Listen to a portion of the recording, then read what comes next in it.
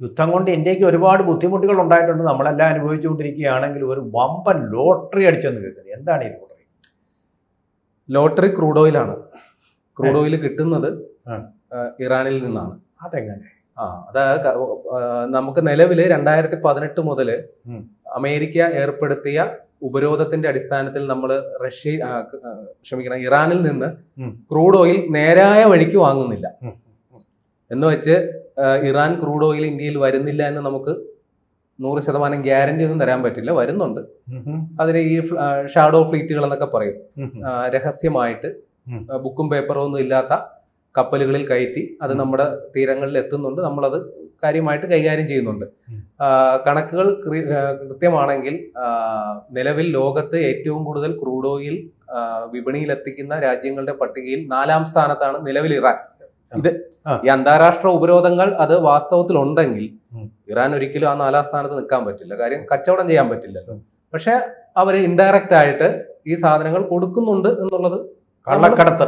അതെ, കള്ളക്കടത്ത്. ഇപ്പോ റഷ്യയിൽ നിന്ന് ക്രൂഡ് ഓയിൽ കൊണ്ടുവരുന്നതിനും അമേരിക്ക വിലക്ക് ഏർപ്പെടുത്തിയപ്പോഴും റഷ്യയിൽ നിന്ന് യഥേഷ്ടം ക്രൂഡ് ഓയിൽ വന്നിരുന്നു.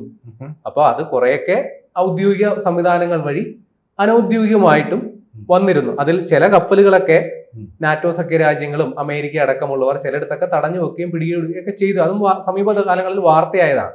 ഇപ്പൊ ഇവിടെ നമുക്ക് ലോട്ടറി അടിക്കാൻ പോകുന്നത് എന്ന് പറഞ്ഞു കഴിഞ്ഞാൽ നിലവില് അന്താരാഷ്ട്ര വിപണിയിൽ ക്രൂഡ് ഓയിൽ വില ഈ യുദ്ധപ്രതിസന്ധിയുടെ ഘട്ടത്തിൽ $100 എത്തി നിൽക്കുകയാണ്. ഇന്ത്യയെ സംബന്ധിച്ച് കഴിഞ്ഞു.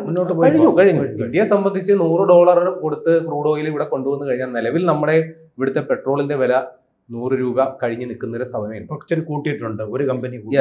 അപ്പോ ഈ $100 മുടക്കി കൊണ്ടുവരുന്ന ക്രൂഡ് ഓയിൽ ഇവിടെ വിൽപ്പനയ്ക്ക് വരുമ്പോൾ ഉറപ്പായിട്ട് ഇപ്പോഴത്തെ വിലയുടെ ഇരട്ടിയോളം വിലയാകും. ഏകദേശം ഇരട്ടിയോളം അല്ലെങ്കിൽ തന്നെ അതിന്റെ അടുത്ത് $100 പെട്രോൾ എന്നുള്ളത് ഒരു 160-170 രൂപയെങ്കിലും ആകും. പ്രക്ഷോഭം ഉണ്ടാകുന്ന മാത്രമല്ല നമുക്ക് എല്ലാത്തിന്റെയും വില കൂടും. ഈ സമയത്ത് അമേരിക്കൻ പ്രസിഡന്റ് ട്രംപിന് ഒരു വെളിപാടുണ്ടായി. ഈ യുദ്ധം തുടർന്നതിന്റെ അവരായിട്ട് ഉണ്ടാക്കിയ യുദ്ധത്തിന്റെ അനന്തരഫലമായിട്ട് ലോകത്തെമ്പാടും വലിയ ഇന്ധന പ്രതിസന്ധി ഉണ്ടായല്ലോ. ഒരു 30 ദിവസത്തെ സാവകാശം അമേരിക്കൻ പ്രസിഡന്റ് ഇറാന് കൊടുത്തിരിക്കുകയാണ് അവരുടെ എണ്ണ വിൽപ്പന നടത്തുന്നതിന് വേണ്ടിയിട്ട്. അപ്പോൾ ആ 30 ദിവസത്തെ ഗ്യാപ്പില് ഇടിച്ചു കയറാൻ ഇന്ത്യ റെഡിയാണ്. പരമാവധി ഇറാനിൽ നിന്നുള്ള ക്രൂഡ് ഓയിൽ ഇങ്ങോട്ടേക്ക് എത്തിക്കാനായിട്ടുള്ള നടപടികൾ ഇന്ത്യയിലെ പ്രമുഖരായ 3 റിഫൈനറികൾ അതിനുള്ള ശ്രമങ്ങൾ ആരംഭിച്ചിട്ടുണ്ട്. പബ്ലിക് സെക്ടറിലുള്ളതാണോ? ഉറപ്പായിട്ട് ഇന്ത്യയിലെ പ്രമുഖ റിഫൈനറി എന്ന് പറഞ്ഞത് അംബാനിയുടെ കീഴിലുള്ളതാണ്. റിലയൻസ് ആയിരിക്കും. അത് കഴിഞ്ഞാൽ ഏതൊക്കെയാണ്? ചിലപ്പോൾ പൊതുമേഖലാ കമ്പനികളും ഉണ്ടാകാം. ഹിന്ദുസ്ഥാൻ പെട്രോളിയമോ ഭാരത് പെട്രോളിയമോ ഏതെങ്കിലും. നയറയ്ക്ക് പറ്റില്ല. നയറയ്ക്ക് നേരെ റഷ്യയിൽ നിന്ന് ആവശ്യത്തിന് സാധനം കിട്ടുന്നു. അവരുടെ സബ്സിഡിയറി ആണല്ലോ നയറ. അപ്പോ ഉറപ്പായിട്ട് അംബാനി ഇറങ്ങും. എവിടെ കിട്ടുന്നോ അങ്ങോട്ട് ചാടും അംബാനി. അംബാനിക്ക് അതിനുള്ള ശേഷിയുണ്ട്, എല്ലാം ഉണ്ട്. അപ്പോ 3 റിഫൈനറികൾ റഷ്യയിൽ നിന്ന് ക്രൂഡ് ഓയിൽ ഇറാനിൽ നിന്ന് എത്രയും വേഗം ക്രൂഡ് ഓയിൽ 30 ദിവസത്തെ ടൈം ഗ്യാപ്പിൽ കൊണ്ടുവരാം എന്നുള്ളതാണ്. അപ്പോ ഇന്ത്യയെ സംബന്ധിച്ചുള്ള ഏറ്റവും അനുകൂല ഘടകം എന്ന് പറയുന്നത് നിലവിൽ ഇറാൻ ക്രൂഡ് ഓയിൽ ലോഡ് ചെയ്ത ഏതാണ്ട് നിരവധി കപ്പലുകൾ ഇപ്പോഴേ തന്നെ ഈ ഹോർമൂസിൽ അവിടെ ഇവിടെയായിട്ടൊക്കെ അലഞ്ഞു തിരിഞ്ഞ് നിൽപ്പുണ്ട്. ഏതാണ്ട് 170 മില്യൺ ബാരൽ ക്രൂഡ് ഓയിലാണ് കപ്പലിൽ കയറ്റിയ നിലയിൽ ഉള്ളത്. പക്ഷെ അതിലേറിയ പങ്കും ഷാഡോ ഫ്ലീറ്റ് ആണ്. കാര്യം നമ്മൾ നേരത്തെ പറഞ്ഞു, ഇറാന് മര്യാദക്ക് കച്ചവടം ചെയ്യാനായിട്ടുള്ള സംവിധാനമില്ലേ, ഷാഡോ ഫ്ലീറ്റുകളിൽ ഉണ്ട്.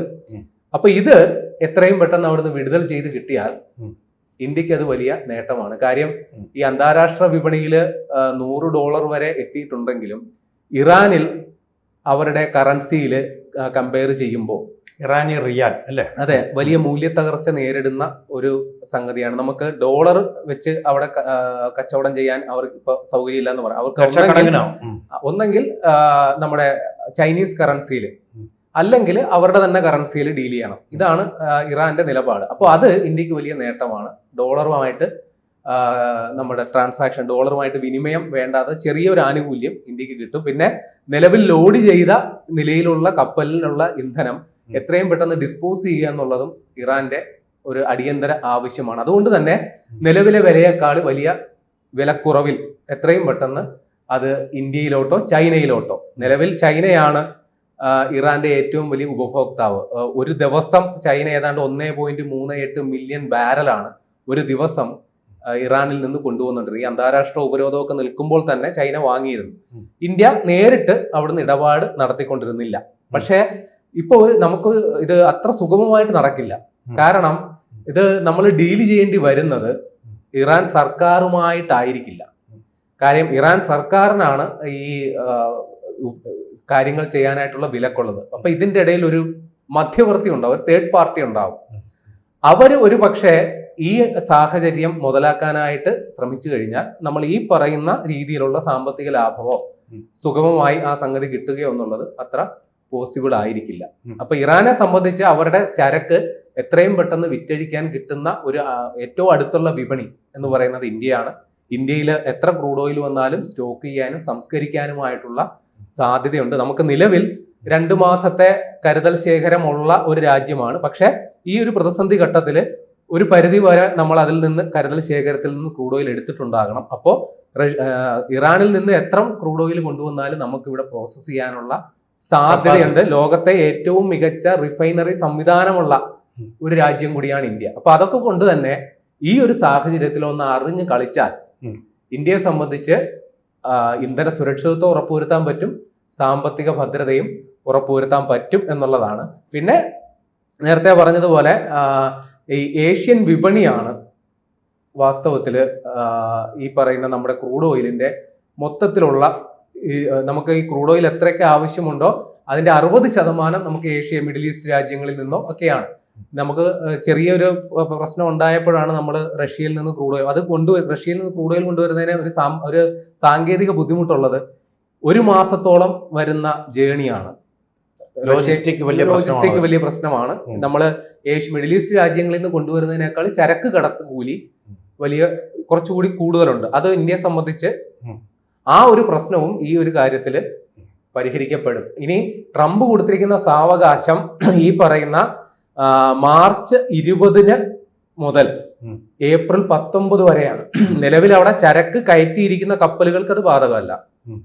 അതിനിടയിൽ ഈ 30 ദിവസം, ഈ മാർച്ച് 20 മുതൽ ഏപ്രിൽ 19 വരെയുള്ള കാലയളവിൽ എത്രമാത്രം ക്രൂഡ് ഓയിൽ അവിടുന്ന് നമുക്ക് സംഭരിക്കാൻ പറ്റുമോ അത്രത്തോളം സംഭരിക്കുക.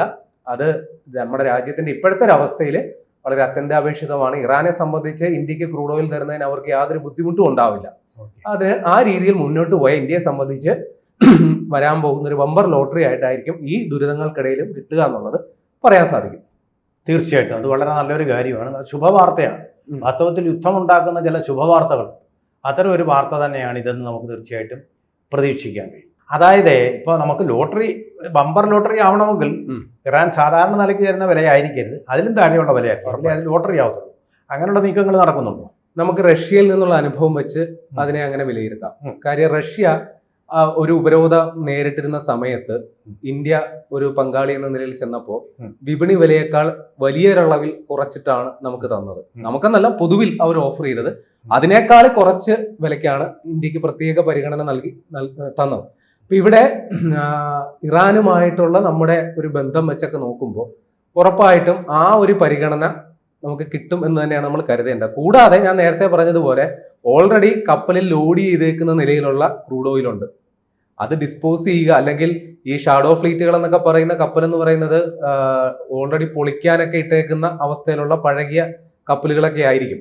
അപ്പൊ ഇതില് ഇങ്ങനെ ലോഡ് ചെയ്ത് വെച്ചേക്കുക എന്ന് പറഞ്ഞു കഴിഞ്ഞാൽ അത് ഒരുപാട് അപകട സാധ്യതയുണ്ട്. ഇത് എപ്പോൾ വേണമെങ്കിലും കടലിൽ പരക്കാം. അപ്പൊ അത്തരത്തിലുള്ള സുരക്ഷാ ഭീഷണികൾ ഉള്ളത് കൊണ്ട് തന്നെ വിറ്റൊഴിവാക്കുക എന്നുള്ളൊരു നയത്തിന്റെ അടിസ്ഥാനത്തിൽ അതൊരു സാധ്യത തന്നെയാണ്. പിന്നെ ഈ പറയുന്ന ഇത്രയും ക്രൂഡ് ഓയിൽ എത്ര വന്നാലും നമുക്കത് സ്റ്റോർ ചെയ്യാനോ സംസ്കരിക്കാനുള്ള സാധ്യതയും നമുക്കുള്ളത് കൊണ്ട് ഒരു അനുകൂല സാഹചര്യം ഇന്ത്യയെ സംബന്ധിച്ചുണ്ട്, അത് നിസ്സംശയമുണ്ട്. പിന്നെ എന്തൊക്കെ പറഞ്ഞാലും കാത്തിരുന്ന് കാണേണ്ടതാണ്. ഇത് നമ്മൾ ഒരു കാര്യം ചർച്ച ചെയ്യുന്നതിനപ്പുറം 2 രാഷ്ട്രങ്ങൾ തമ്മിലുള്ള നയരൂപീകരണത്തിന്റെ ഭാഗമായിട്ട് ഉന്നത തലത്തിൽ ചർച്ച ചെയ്തെടുക്കേണ്ട നടപടികളാണ്. അപ്പോൾ അതിൻ്റെതായ നീക്കുപോക്കുകളുടെ അടിസ്ഥാനത്തിൽ മാത്രമേ നമുക്ക് കൃത്യം എത്ര തുകയ്ക്ക്, എങ്ങനെ, എപ്പോൾ, എവിടെ, എന്തുമാത്രം ഡീൽ നടക്കട്ടെ. എന്തായാലും അതിന് സാധ്യത നമുക്ക് ഉണ്ടാവും. തീർച്ചയായിട്ടും അത് നല്ലതായിരിക്കട്ടെ. നമുക്ക് ഇപ്പോഴത്തെ വില കുറച്ചുകൂടി കുറച്ച നിലയിൽ പെട്രോൾ വിതരണം ചെയ്യാൻ കഴിയട്ടെ എന്നുള്ളത് മാത്രമാണ് നമ്മുടെ പ്രാർത്ഥന. അതുപോലെ LPG കിട്ടട്ടെ. അതിന്റെ ഒരു സോഴ്സ് അല്ല വാസ്തവത്തിൽ.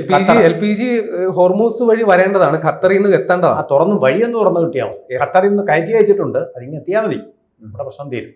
കൂടുതൽ വാർത്തകളും വിശേഷങ്ങളും നിങ്ങളിലേക്ക് എത്താൻ ABC മലയാളം സബ്സ്ക്രൈബ് ചെയ്യുക, ബെൽ ബട്ടണും അമർത്തുക.